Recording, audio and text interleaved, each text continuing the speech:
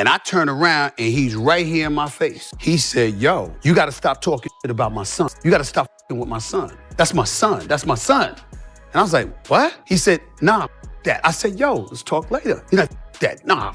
LeBronJames didn't just win a game that night. He set the entire arena buzzing with a courtside moment nobody expected during an NBA matchup. I remember during a timeout in the first quarter, seeing Bronny.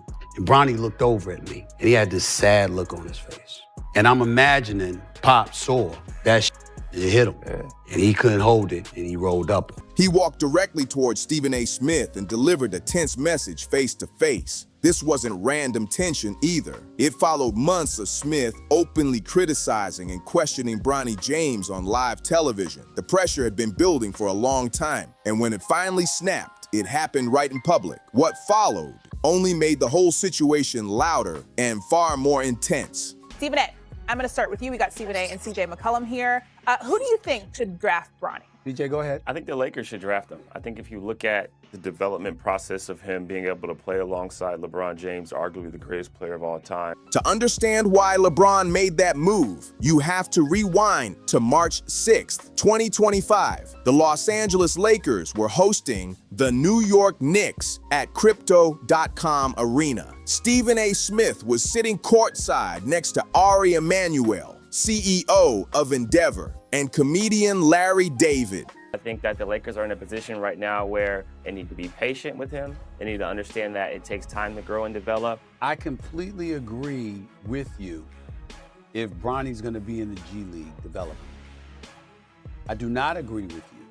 Big names, bright lights, national TV. This wasn't some quiet corner of the gym. The Knicks and Lakers were battling, and the Lakers pulled out a 113-109 overtime win. But the real drama never showed on the scoreboard. In the third quarter, during a routine timeout, LeBron stepped away from the huddle and walked straight towards Smith's seat. Cameras couldn't catch the audio, but the body language told the whole story. Smith later explained on the Gills Arena podcast that the exchange lasted about 8 to 10 seconds. LeBron walked away with a serious scowl while Smith stayed quiet.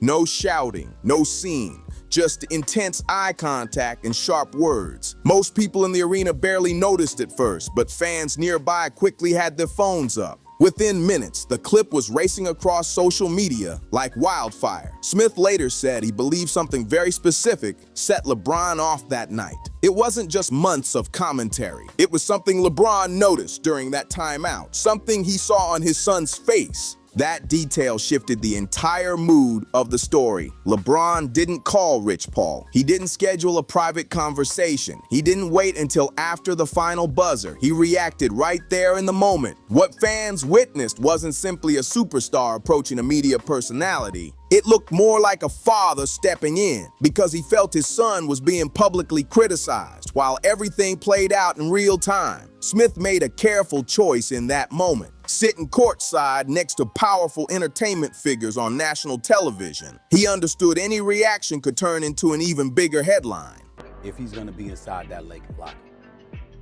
And the reason why is because of the combination of other players who are going to be in the locker room, combined with the media that comes with being in Tinseltown when you're a member of the Los Angeles Lakers. You talk about a distraction. So he stayed seated. He let LeBron speak. He didn't respond. That silence was intentional. Still, the internet definitely didn't stay quiet. The video spread across X, Instagram, and major sports outlets within hours. By the next morning, it was everywhere. I maybe put him in a tough spot, flying up yesterday and, nationally televised game and Philly, all that stuff. Smith woke up to nonstop texts and calls from ESPN, his agent, and colleagues about what had just happened. Courtside had suddenly turned into the biggest sports media moment of the week. But this story didn't start in 2025. It goes back years to a bold statement LeBron made about his son in the NBA back in 2018. LeBron made it clear he dreamed of playing alongside Bronny one day. Then in February 2022, he said, "If you want me, draft Bronny. Wherever Bronny is at, that's where I'll be. I would do whatever it takes to play with my son for 1 year. It's not about the money." That wasn't subtle. That was a public mission statement. In March 2023, he doubled down, saying Bronny was better than some of these cats I've been watching. I am pleading with LeBron James as a father. Stop this. Stop this. On League Pass, that line sent shockwaves through basketball circles. From that moment forward, every scout, analyst, and commentator started evaluating Bronny under a spotlight his father had helped switch on. Fair or not, the expectations instantly became sky high. Bronny's path wasn't simple. In July 2023, during a USC summer workout, he suffered cardiac arrest. It was a serious health scare, but he recovered and fought his way back onto the court. After one limited college season, he declared for the 2024 NBA draft and was selected 55th overall by the Lakers. That moment was historic, but it also ignited heavy debate around the league.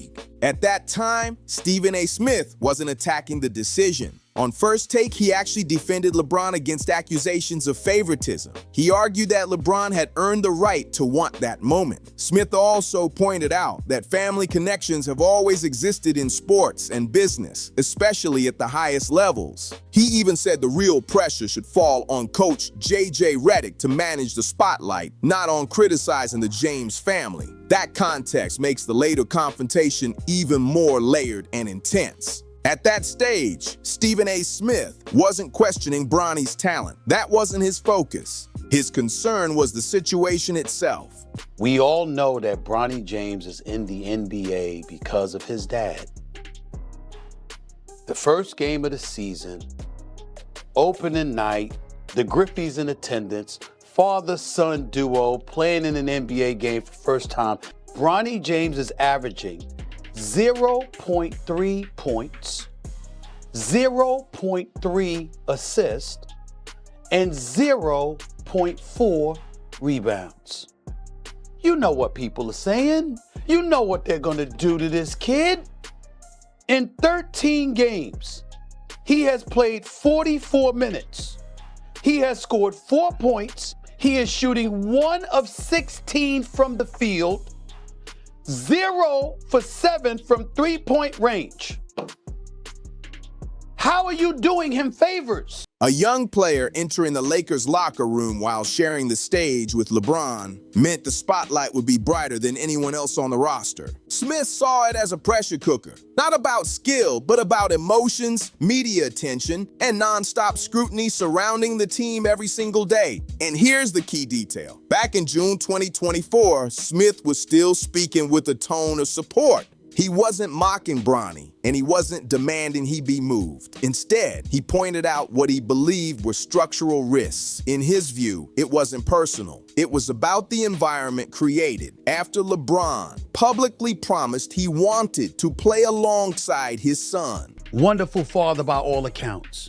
I'm not casting any aspersions on him. I'm saying that's your son, bro. You know, I was on First Take, my day job on ESPN earlier this morning, and I spoke about this, and I felt the need to elaborate even further because a couple of people text me and pissed me off, and they know who they are. People close to LeBronJames talking to me about questioning him as a father. Those risks slowly started showing up as the season unfolded. On October 22nd, 2024, opening night, LeBron and Bronny made history as the first father and son to share an NBA court. The Griffey family, Ken Griffey Sr. and Ken Griffey Jr. were in the building to witness the moment. Cameras flashed everywhere. Headlines spread across sports media within minutes. It was the dream LeBron had spoken about for years, and it finally became real. But once the emotions settled, reality stepped in. As StephenASmith later said on air, history is special, but the NBA still runs on production. Over the next few months, the numbers started telling a difficult story.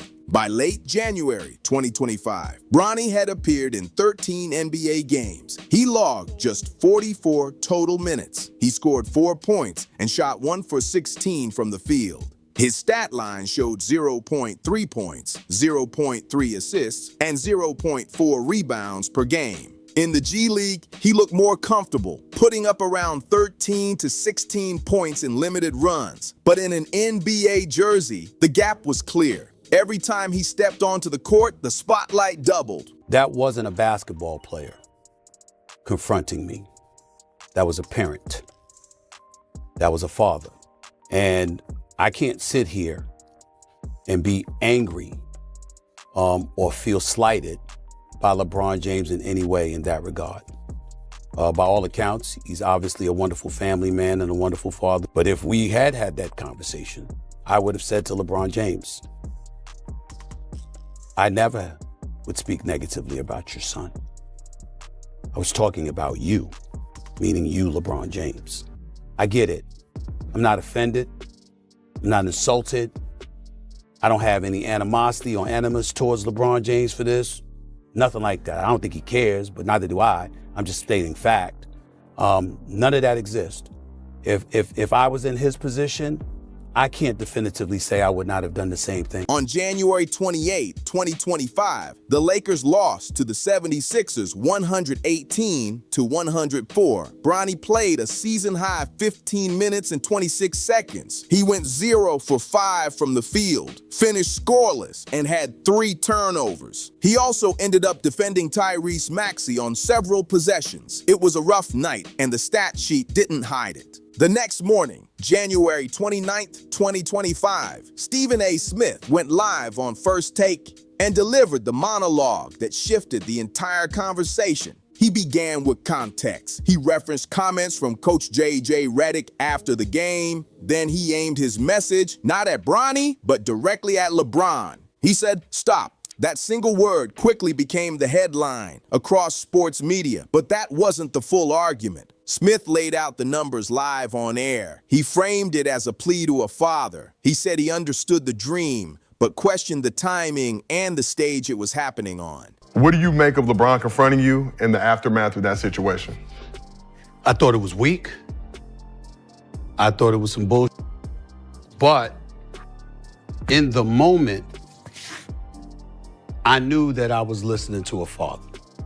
Here's what happened. Then he used a boxing analogy. He brought up Joe Frazier, putting his son Marvis in the ring with Larry Holmes, an example of a legendary father acting out of love who may have pushed his son into a spotlight too early.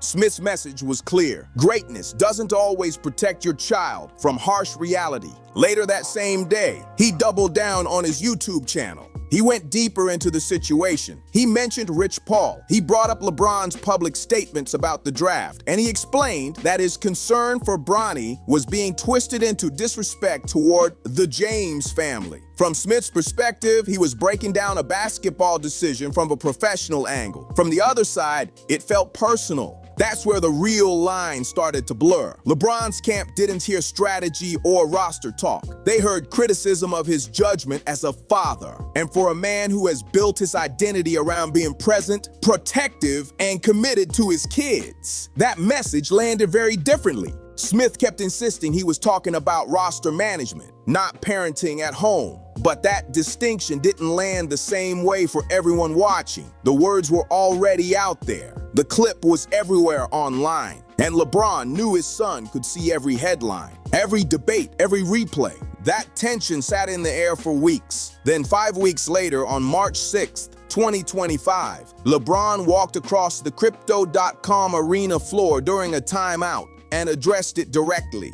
No tweets, no public statements, just a face-to-face moment. The next morning, March 7, 2025, StephenASmith sat down on First Take and finally spoke about the confrontation. What began as empathy had now turned into open conflict, and the entire sports world was watching every move. Smith's opening statement the next day was calm and controlled. He didn't come out attacking anyone. Instead, he tried to draw a clear line between basketball analysis and personal criticism, hoping it might cool things down. He even said directly what he would have told LeBron if they had spoken privately behind the scenes. And he ended that first response with a line that suggested things could still be worked out, like there was still room for a conversation. That might have been the most reasonable moment in the entire situation, but it didn't last. Not long after, Smith uploaded a 27-minute YouTube video titled, "LeBron and I Had a Confrontation, My Side of the Story." When we're talking about the Lakers, that's about LeBron, not Bronny. Bronny wanted to get drafted by any NBA team. He wanted to hear his name. It was LeBron that wanted him as his teammate. What I'm saying to you is, if LeBron had rolled up on me, all he had to say. In the video, he repeated his main point. His criticism was about LeBron's basketball decisions, not about his life as a father. He kept the door open for LeBron to respond. But he also made one thing crystal clear. LeBron had ways to reach him privately. Rich Paul had his number. Maverick Carter had his number. If LeBron truly wanted a real conversation, it could have happened quietly behind the scenes. Instead, LeBron chose courtside during a game on national TV. That's when Smith's feelings began to shift. The timing, the location, the public setting. Smith started thinking this wasn't about solving anything. In his mind, it looked more like a statement being made in front of the whole world. Then another moment happened that, to Smith, felt like confirmation. Before a Celtics game on March 8th, LeBron had a brief exchange on a hot mic with broadcaster Richard Jefferson. During that conversation, LeBron described the confrontation as being about criticism on a personal fatherhood level. For Smith, that was the signal. LeBron wasn't separating basketball decision from personal criticism. In his mind, it all blended together. Around March 11th or 12th, during an appearance on the Gills Arena podcast, Smith's tone changed dramatically. Never would I ever not allow people to talk about the sport, criticize players about what they do on the court. That is your job, to criticize or to, be in a position where, okay, if a guy's not performing, that is all part of the game. When you take it and you get personal with it, it's my job to not only protect my damn household, but protect the players. He called LeBron's approach weak and described the situation as unnecessary drama. To keep things respectful, his main point was that he believed it felt like performative tough talk. Smith argued that walking up to someone courtside, surrounded by cameras during a nationally televised game with no warning beforehand, wasn't a real confrontation. In his eyes, it looked more like a performance. He said if LeBron truly had an issue, there were plenty of private ways to address it. The fact that LeBron chose the loudest and most public moment possible made Smith believe the goal wasn't resolution. The goal was making a statement. Over the next few weeks, the empathy Smith showed on March 7th slowly turned colder. From his perspective, LeBron kept reshaping the story and acting as if Smith had personally attacked a young player. Smith continued insisting that his criticism was directed at LeBron's decisions that created the situation in the first place. But he felt like he was being painted as the villain in a narrative that was unfolding in real time. And Smith never changed his main argument. He repeated the same point he had been making since January. In Smith's view, LeBron helped create the pressure surrounding Bronny. LeBron was the one who publicly said his son was better than some NBA players before the draft. LeBron was also the one who openly connected his own career plans to wherever Bronny might land. So when the media attention exploded around Bronny's struggles, Smith argued that it didn't just happen to the family. It was the direct result of decisions made on a massive public stage. Then the feud got even deeper. LeBron didn't speak publicly for nearly 3 weeks after the courtside moment. When he finally addressed it, he didn't do it through a press conference or a quick locker room clip. Instead, he went on the Pat McAfee show on March 26, 2025 for a long conversation that aired on ESPN and YouTube. During the interview, he addressed StephenASmith directly. LeBron's message was clear. He said he can live with basketball criticism. Players get criticized all the time. That's part of the game. For some reason, no one ever asked him about that. Wasn't it you who said, that BronnyJames was better than some players in the NBA right now before he was even drafted? I'm talking about the father that shows up at crypto.com arena. Last time I checked, BronnyJames is a professional basketball player. LeBron James went on national television yesterday and lied. He said that I have no problem with you talking about the game. What did I say about BronnyJames other than at the time he wasn't ready? That was it. I said nothing else. So if that's the issue, and I pointed to LeBron James and the fact that you've circumvented a meritocracy just to get your wish, this man is in his feelings. I wonder why. Could it be because I don't believe you're the GOAT? Because I'll never believe you're the GOAT? Because I have you number 2 at all time? The day he came up to me was the day my new contract was announced. So he knows, like everybody else, it's gonna be a little while before I go away. But where he drew the line, according to him, was when it felt personal. That was the part he said bothered him the most. Smith responded on First Take, delivering one of his sharpest monologues. He didn't just defend himself. He went through the situation step by step, pushing back on what he believed was LeBron trying to reshape the public narrative. Smith repeated that the January 29th segment wasn't an attack on Bronny. In his version, the comments were aimed at LeBron's public decisions and the pressure those decisions placed around Bronny. And Smith circled back to where it all began. LeBron's own statements before the draft, he had said, "If you want me, draft Bronny. Wherever Bronny is at, that's where I'll be." There was also the comment about Bronny being better than some NBA players. Smith's argument was that LeBron didn't just dream this moment into existence. He also helped create the spotlight that came with it. And that spotlight landed on Bronny first. Then Smith pulled in another layer that had been quietly surrounding the entire situation.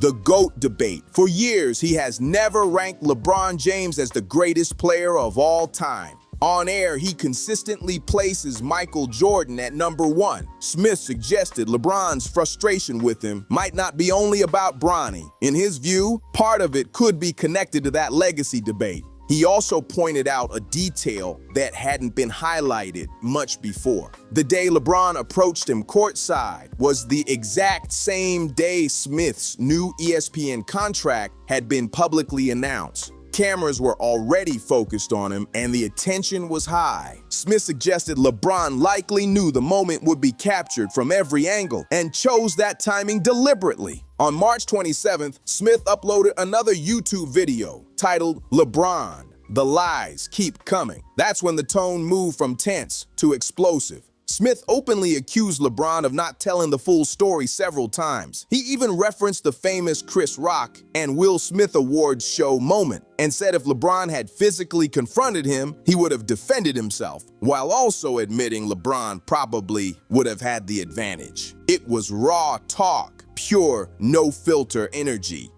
Smith also connected the Bronny situation to what he believes is LeBron's long-running frustration over the GOAT rankings. In his view, this wasn't just about one segment or one monologue. He felt it was years of tension, finally bubbling to the surface. LeBron didn't stay silent either. He posted an old clip of Smith boxing on Instagram with laughing emojis. Smith called the move petty. Many people online agreed it looked petty, but it also sent a message. LeBron clearly wasn't ready to let the situation fade away. Then in October 2025, on Carmelo Anthony's 7 p.m. in Brooklyn podcast, Smith brought the feud back up with fresh intensity. He said directly, "I don't like him, not a little bit." Smith claimed the tension between them stretched back more than a decade, long before Bronny ever entered the league. He even questioned whether the courtside moment happening on the same day as his ESPN contract announcement, with cameras positioned behind him, was really just coincidence. That added another layer to the story. Skip Bayless jumped into the conversation and called LeBron's courtside move cowardly, describing it as a pre-planned ambush. The public split exactly how you'd expect. Some people saw a father defending his son in real time. Others believed sports commentators should be able to critique performance without worrying about personal confrontations. Two sides, loud opinions, no middle ground. That viral image, LeBron in his jersey leaning down towards Smith with an intense stare before walking away, became one of the most shared sports media moments of 2025. Just 8 to 10 seconds of silence turned into months of debate. Meanwhile, the person at the center of it all kept working. BronnyJames stayed on the roster and kept working on his game. Then on March 20th, 2025, he dropped a career-high 17 points against the Milwaukee Bucks. The next day, Smith went on air and admitted, "I was very impressed. He looked like somebody that belonged." For a moment, that performance shifted the entire conversation back to basketball. On the court, the league kept moving. Players adjusted, seasons continued, and the spotlight shifted again. But the debate from that courtside moment didn't disappear. What happened on the floor at Crypto.com arena lasted less than 10 seconds, yet the argument it sparked kept echoing through sports media. If you enjoyed this breakdown, hit the like button, subscribe to the channel, and share this video with someone who's been following the drama. Drop your thoughts in the comments. Whose side are you on in this feud? See you in the next one.